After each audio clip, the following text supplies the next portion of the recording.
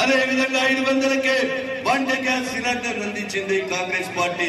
భద్రాచలంలో రాముని సన్నిధిలో ఎన్నికల కోడ్ ముందు 4 లక్షల ఇల్లు మీ నియోజకవర్గానికి 3500 చొప్పున మట్టి గోడలతో కిరాయి కట్టుకునేటువంటి ఇళ్లలో ఇల్లు కట్టించే కార్యక్రమం కూడా 5 పథకాలను అమలు చేసింది కాంగ్రెస్ పార్టీ. ఇంకొకే పథకం ఉంది. ఆడబిడ్డలందరికీ నెలకి 2500 ఇచ్చే కుటుంబ పోషణ నడిపియాలి.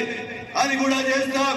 16,500 కోట్ల మిగులు బడ్జెట్ 7 లక్షల కోట్ల అప్పు చేసి ఈ రోజు మనిషికి 2 లక్షల అప్పు తల మీద మోపే కాళేశ్వరం ప్రాజెక్టుతో మనం ఈ రోజు పాలకుర్తి నియోజకవర్గానికి వరంగల్ ఉమ్మడి జిల్లాకు 1 ఎకరానికి 1 ఇంటికి నీళ్లు రాకుండా గజ్వేల్ సిద్దిపేటకు పంపించారు.